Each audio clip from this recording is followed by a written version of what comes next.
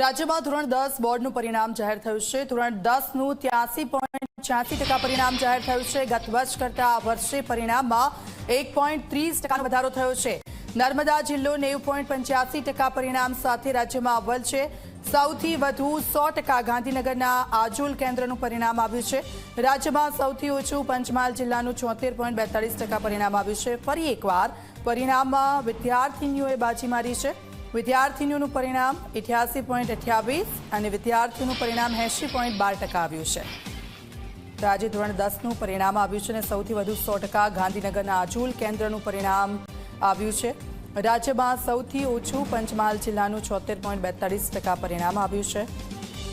વિદ્યાર્થીઓ ખુશ છે, એકબીજાનું મોઢું મીઠું કરાવી રહ્યા છે અને હવે એ દ્રશ્યો પણ થોડીક જ વારમાં બતાવીશું કે પરીક્ષા કેન્દ્રો જ્યાં હતા, જ્યાં વિદ્યાર્થીઓ પહોંચ્યા છે પોતાનું રિઝલ્ટ લેવા માટે પોતાના માતા પિતા સાથે, ત્યાં કેવા દ્રશ્યો છે।